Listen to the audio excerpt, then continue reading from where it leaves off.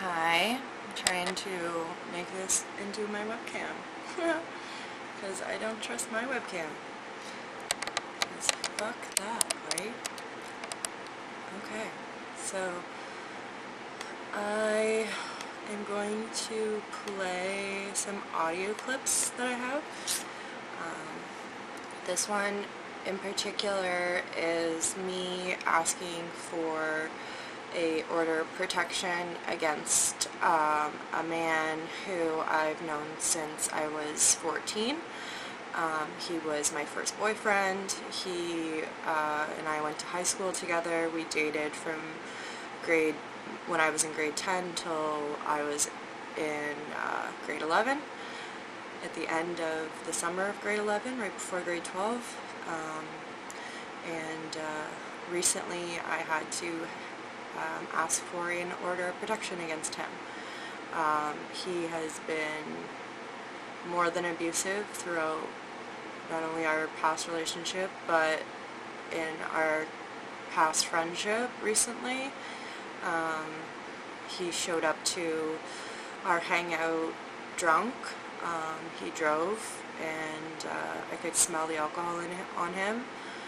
And before he let him in, he admitted that he had been drinking because he was nervous to see me, which kind of put that on me, and that wasn't really fair. And I made tea, so I made sure that he didn't keep drinking, and we talked about why he was drinking, and talked about all the trauma that he had experienced when he was younger, and from his cousins, and what his cousins made him do to his younger sister, which was horrible.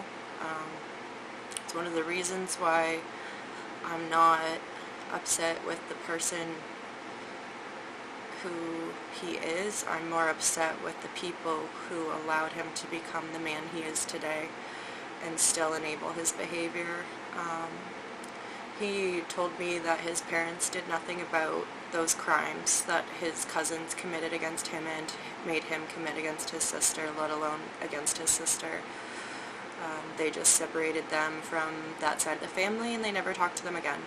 There was no therapy, there was no discussion, there was no family reconciliation. Sometimes they would see each other at gatherings. It was just a hush-hush thing. I met them too. I didn't know anything about it at the time, but I met them at family gatherings. I was dating him, and it was just really weird and awkward, and I feel really horrible that his parents didn't do anything for him and just kept it under the rug as like a family secret, and like I'm the one who's telling it. Like, that's not fair to him or his family, and it's not fair that he has to live with that as such a shameful feeling because it wasn't his fault. And same with his sister. Like, he told me all of this and we were friends, and then a few days, maybe a week, and I tell him that I met somebody, and he freaks out. Started calling me names, started calling me homophobic slurs. He started accusing me of using him. He told me that everything I was reporting currently to police was bullshit and that I was all in my head. And then the straw that made me call the police was he threatened to release my photographs that I had sent him in high school. As you can imagine, that was a 14, 15-year-old version of me. First phone I ever had before Facebook. It was sent through email. Back at like Hotmail, I guess. I don't even have that email address. And they weren't even for him. They were, after we had broken up, I showed him them because they were being sent around Medway. Not sent, but they were being shown enough to people that people knew that I had nude photography pictures going around of myself, and I was labeled a slut and a whore and all this shit, and revenge porn. That's what it was. It was revenge porn before revenge porn was ever really even a thing that we knew about in high school, and I don't know if I was the first woman to have her intimate photos shared at that high school, but I definitely got a lot of the bullying from having them shared, and I was called names and teased constantly.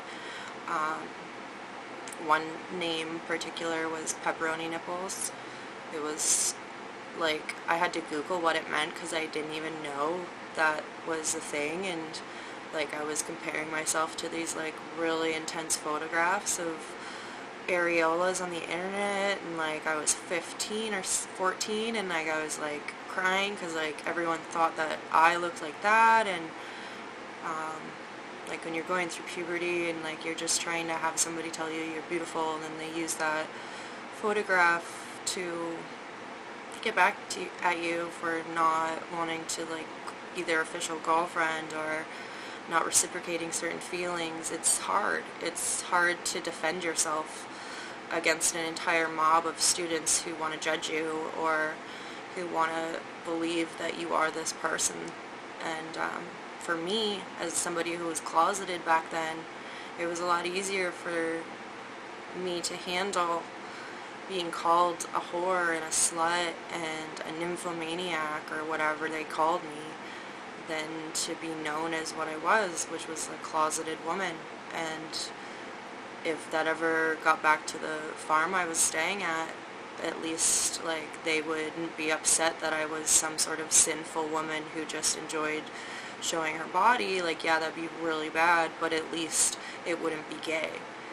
And I think that's how I just accepted it back then. I just accepted that at least they're not outing me to this man who I have to go home to, who makes me turn off Ellen DeGeneres and Oprah because they're different, and forces me to watch movies about traumatic incidences over and over again, and forces me to eat my friends and call me names, and just the worst of the worst.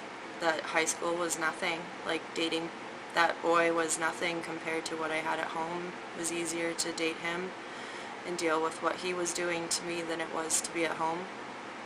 There was one time where I ran away. I got my bag, and my stepfather was like, "Where are you going? Can't leave." And I was like, we're living on a farm in the middle of nowhere. And I was like, I'm going for a walk. And like, so I went for a walk, and I was terrified. Like, I never did that. I never stood up to him. I never spoke up, and I never just kept going, you know. I just listened and went to my room. So I texted this boy, and he went and came and got me immediately. No questions asked. He saved me so many times that getting an order of protection against him today is heartbreaking. Because I know he's hurting, and I know that he doesn't have the support system that I have now, and that he may never have that. His sister may never have that, and that's not fair. I'm so privileged to have the family that I have, and the people around me who support and love and validate me, and doctors and scientists, that it breaks my heart to see somebody who's gone through horrible, horrible, traumatic events and still just faking it in the hopes that one day they'll make it out okay, and constantly failing because they're being told that they're doing it right, but they're not doing it right enough, or they're not enough, and that's heartbreaking. Like, the last thing I would want is for anyone to harm themselves because they can't change who they are or what happened to them. That's not fair. And like, I know deep down that something happened to his brain chemistry way back when all that shit happened to him, because it did the same thing to my brain. And you can't be upset with people and not be willing to understand their point of view. And it's so hard to hate anyone who's been through hell and reacted about it. It's hard. It's almost impossible. Like, I could feel indifferent, but I don't. I feel neither hate nor love for him. I feel empathy, and I just don't ever want to have to file charges or make it harder for him to live a successful and happy and healthy life. I just want to make sure that he's okay and that he knows that I forgive him for what he said and what he did to me over those few days, but I can't remain his friend until he chooses to take his health super seriously as a full-time job. I think a lot of people I know from high school, they keep going back to school. They keep wanting to learn and grow because we have so much to learn. Like, we weren't taught enough in high school, at that specific high school especially. It wasn't conducive to, I don't know, truly elevating our brains to a level that could help us in our career paths, or just, it was just like good enough feeling of education, and that was shitty. Teachers that weren't happy to be there, teachers that had graduated from there who were happy to be there, teachers who cheated on their wives with another teacher, teachers who date students who graduate, teachers who get cancer and die, teachers who run all over the field trying to help kids stop hurting themselves on their snowmobiles that their parents allowed them to drive to school that day, and be laughed at for it. It's hard. It was hard to see.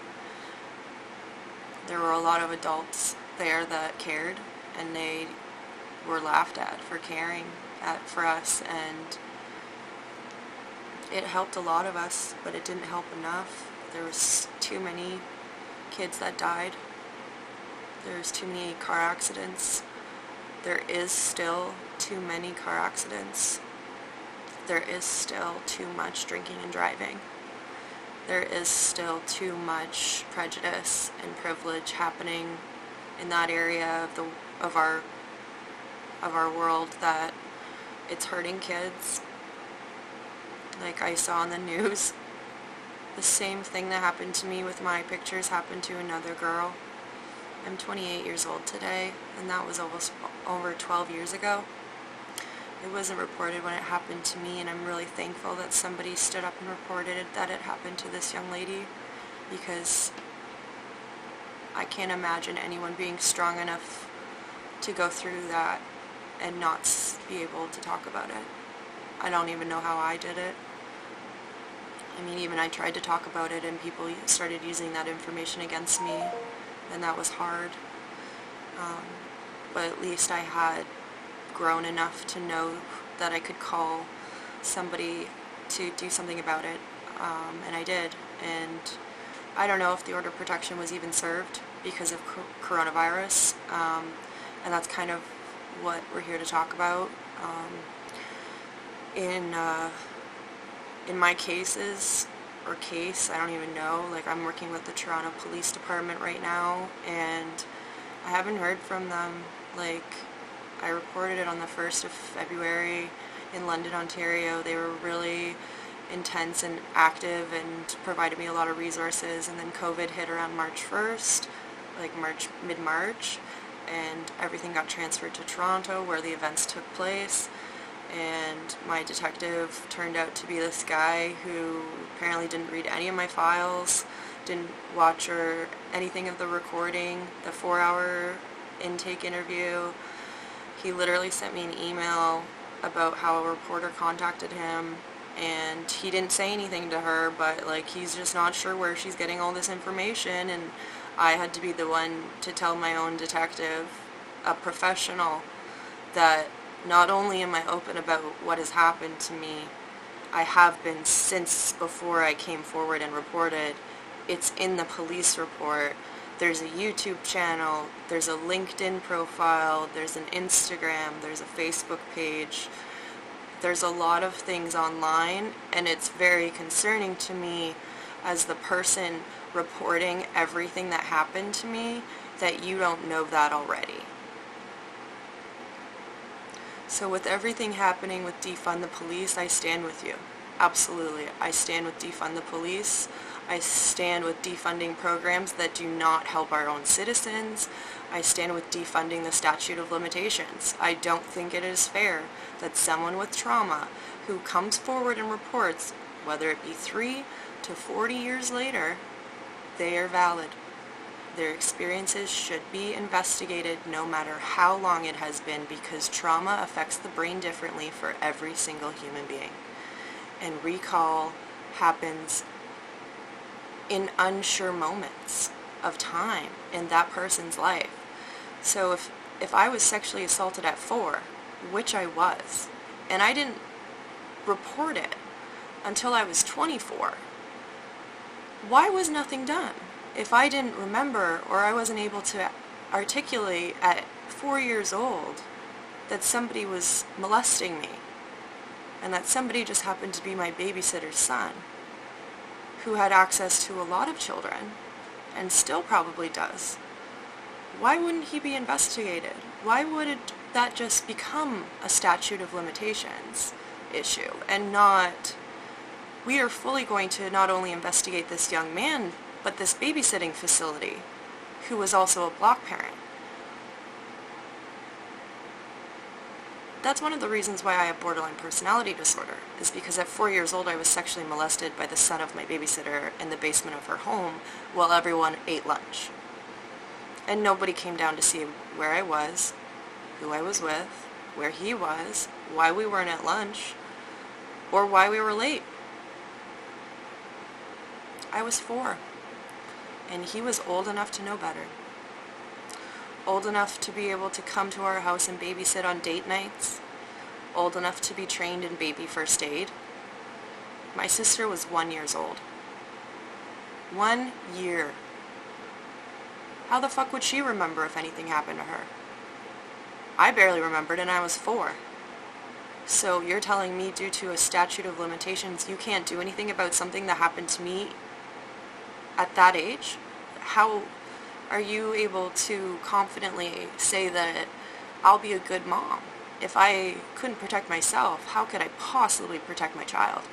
If this is the kind of shit we have to deal with as adults when we grow up and remember. I don't understand. It's too much. It's too much stress. It's too much pressure. It's too much judgment on everyone to just be a good parent. It's not fun to be a parent anymore. It's dreadful to get pregnant. Trust me. I know. I don't remember which one it was. I think it was this one. Nope. 1 second.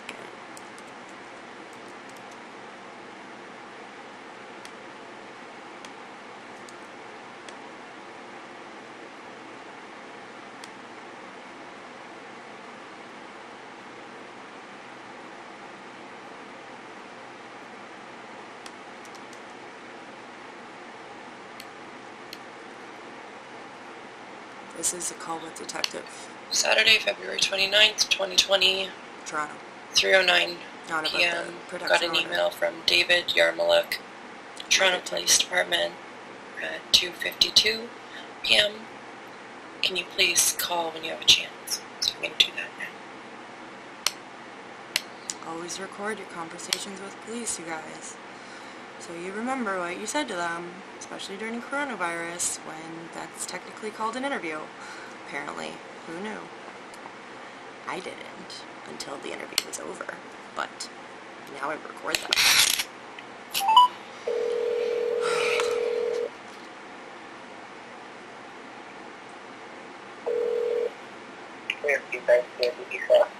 Hi there. I was told to call this number to reach David Yarmaluk.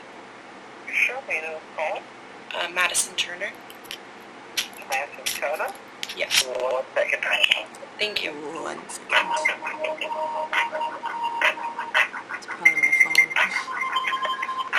One.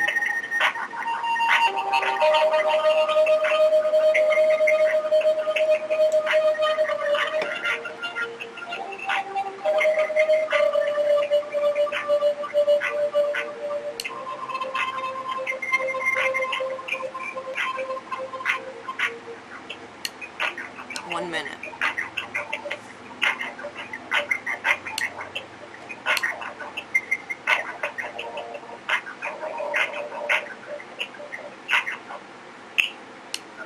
Detective Yarmouth.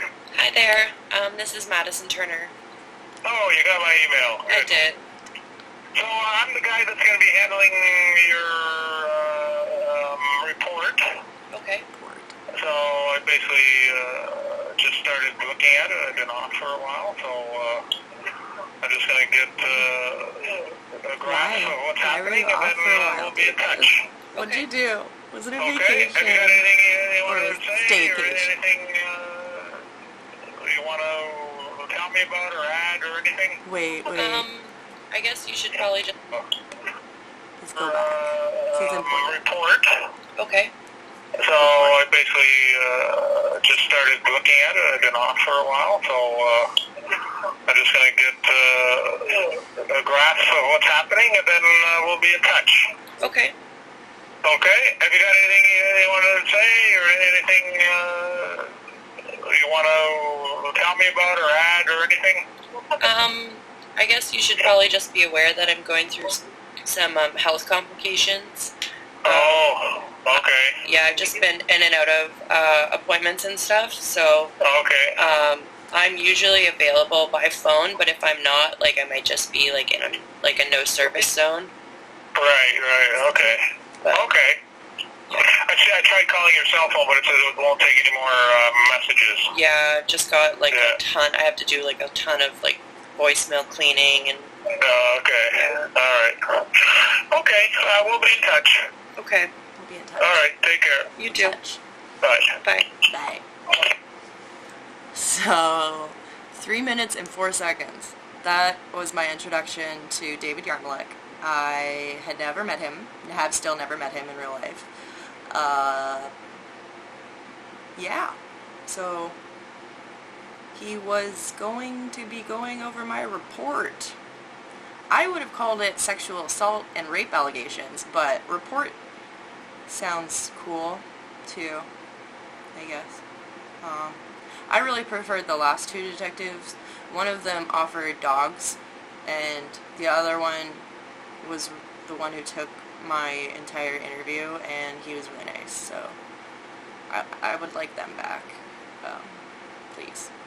I also was so confused when David said, like, after this call, he was like, by the way, Craig McIntosh is being investigated for sexual assault.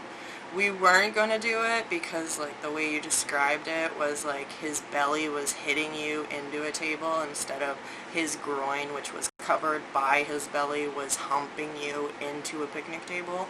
Stupid little semantics, you know, silly. Meanwhile, we clarified it. It was sexual assault. You are right. You were sexually assaulted. You weren't just assaulted by somebody. You were sexually assaulted in front of a lot of people, and we're also going to be investigating your rape allegations. By Jesse Hornstein Goldberg. Either the same fucking night, or another night. I don't fucking know. Because it's a giant week of blur. Sponsored by Bud Light Living. Hashtag Bud Light Platinum doesn't exist anymore, because it's not a light beer. Could you imagine? Oh, those silly guys, you know. They probably didn't, you know, well, maybe they did know, you know, because, like, I was a pretty good indicator that that beer was not a light beer. You know, 6% goes really fast when you are not a heavy drinker or eating. So, yeah. The recall is so important for me because, my goodness, with that beer, like, you guys legit made it almost impossible for me to remember anything. And, boy oh boy, do I regret making advertisements for Bud Light Platinum now. I guess I'm the poster girl. Well, that's not fair. Like, the original poster girl really, really hated that she was the poster girl, and, well, we should give her that, you know. She even hired a lawyer and asked you to take it down, and you laughed and said no.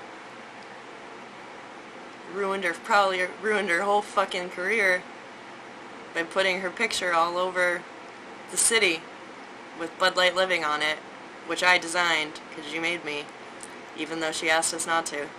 But she was really pretty in that photo, so we were allowed. Because her ticket said, photography. Just saying, if you go to a concert and it says on your ticket that your photo may be used for public use, they probably mean advertising, and they're not going to pay you.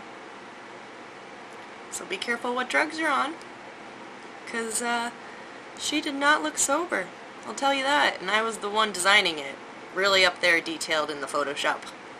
And I would like to formally apologize to her, because I didn't know that you didn't want that up there. And had I known, I probably would have put up a bigger stink than I did. Because they didn't tell me until after, when they thought it was funny. And there was still laughing about it, probably to this day, as something that just fucking happened. And poor you, right? Like, what the fuck is that shit, man? Like, this poor woman, probably 19 maybe, is plastered all over the city, pseudo-famous, for a beer that she hates, and now has to hire a lawyer to, like, save her name, and, like, there's no point because you're fucking Anheuser-Busch. But it's okay now, though, even though Bud Light Platinum is not allowed to be called legally, mind you, not just my opinion, legally, a 6% beer is not allowed to be called a light beer. It never was. But they just apologized and changed the name, and then changed the hashtag of Bud Light Living to represent strawberry lemonade instead. You know, like, woohoo, never happened, right? Like, so just hope that when you're drinking strawberry lemonade Bud Light at your next concert, there's not a photographer close by, because you might end up on a billboard too. Just like her. Make sure you hire a good lawyer, though. Even that might not help. They've got quite a few. I know, I met some of them. Yeah. They signed their email with... She signed her email with, "I look forward to hearing from you. Yours, ever so truly, Kimberly."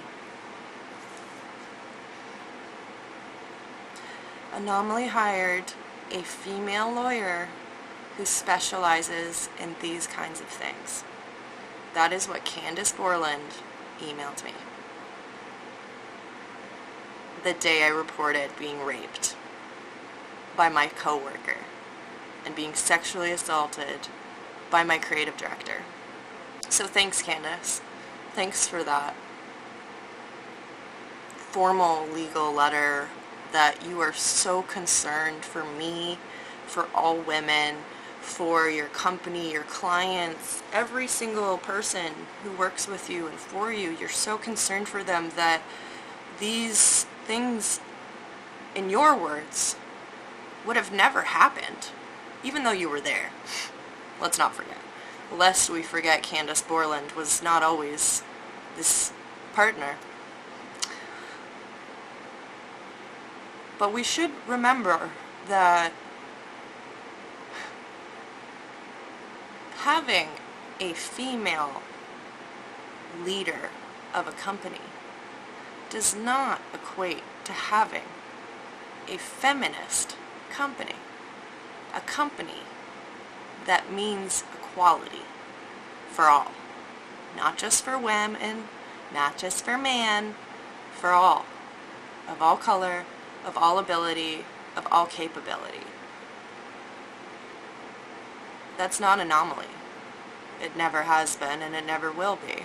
The owner is the whitest man I've ever met in my life, and so are all of his children, who all work for him. And that's nepotism. It's really nice and privileged to be able to go into the same business that your family made for you, but it's a whole other thing to take advantage of those people that work with you because they have less privilege.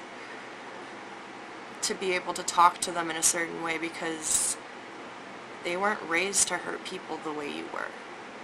Or to sell things in a way that is soulless and disgusting and almost to a point downright depraved. To lie to the general public about Shock Top, to harass every single one of your employees about leaking something that your own client leaked themselves from their own stupidity at a bar, and a bartender thankfully leaked it to announce that Anheuser-Busch was trying to sell a craft beer without people knowing that Anheuser-Busch was making Shock Top.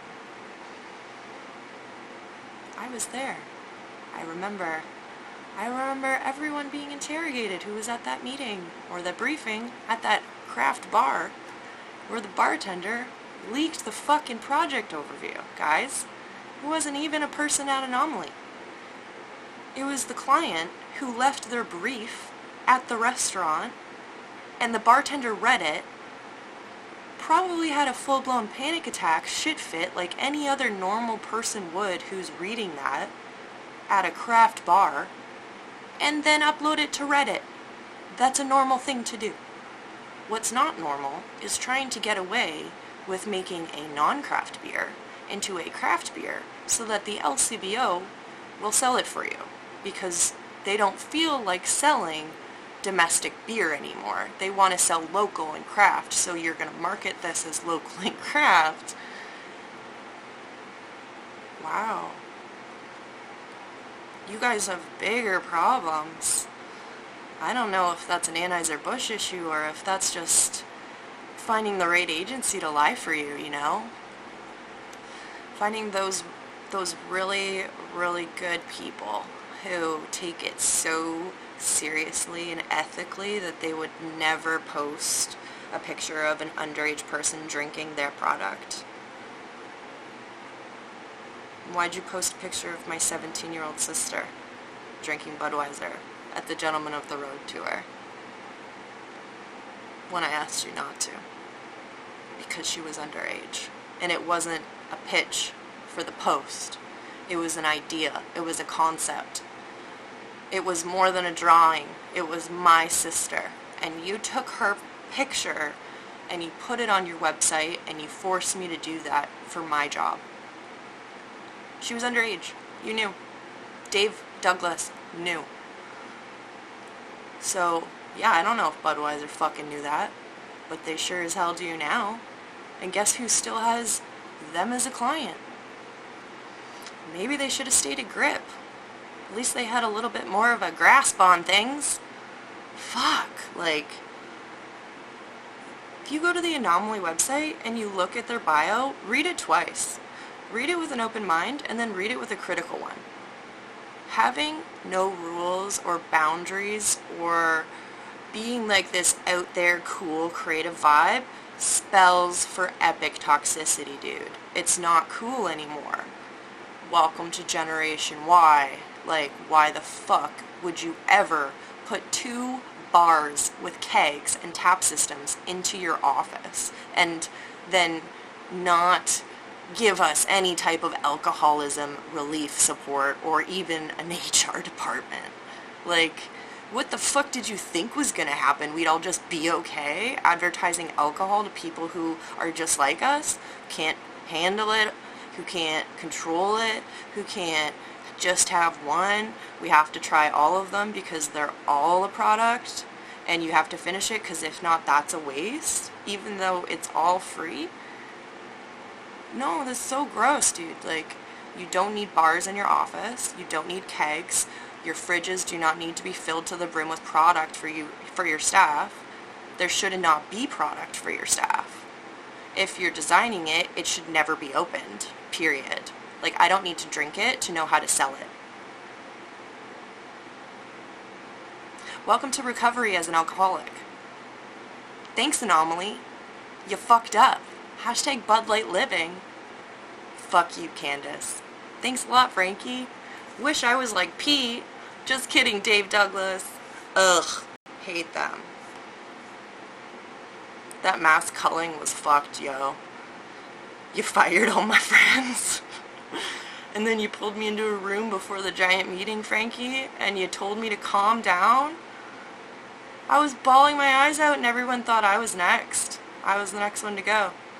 And then you had this giant meeting and everyone just saw me completely gone. I don't know if you remember, but we had a pizza party after all those fuckers got fired. One of them was my roommate. That was fun to go home to. Thanks a lot for, I don't know, the warning. Or just like, oh, we're just going to pull all these people into a room, tell them they're fired, and that they have to leave immediately. For no reason.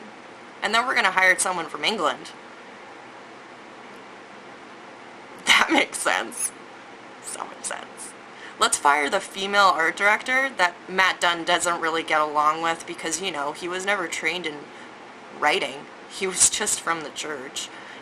Frankie's church. The same way Justin Bieber was, like, such a fan of it. C3 Toronto. Hashtag blessed. Starting at the bottom, now we're here. Right, Frank? Heather Black and Matt Dunn are very suspicious, especially with all that propaganda that you have going on for C3 Toronto.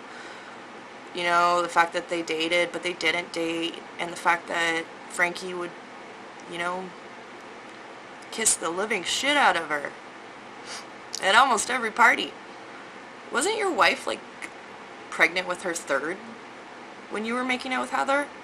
Or, like, was that before her and Matt started dating? Or were they dating? Because, like, I don't remember technical terms. All I really remember is, like, there was, like, a weird three-way relationship happening with, like, you and Matt Dunn and Heather Black, and, like, now she's got a baby and she posts nude photos of her baby all online, and, like, I know that she has problems with her teeth, but, like, I think maybe we probably should have got her some help when they fell out at a meeting and somebody had to get her a plastic baggie for her teeth because her eating disorder had gotten so bad that her teeth had fallen out and she had fall season. But, she's the ideal woman that we should all be striving to look like. Could you imagine being asked to get a tiny little envelope for your coworker's teeth? Because they just fell out because they weren't glued in properly by her dentist? You don't tell people that. That's embarrassing for her. It's fucked up that she ever had to go through that in the first place.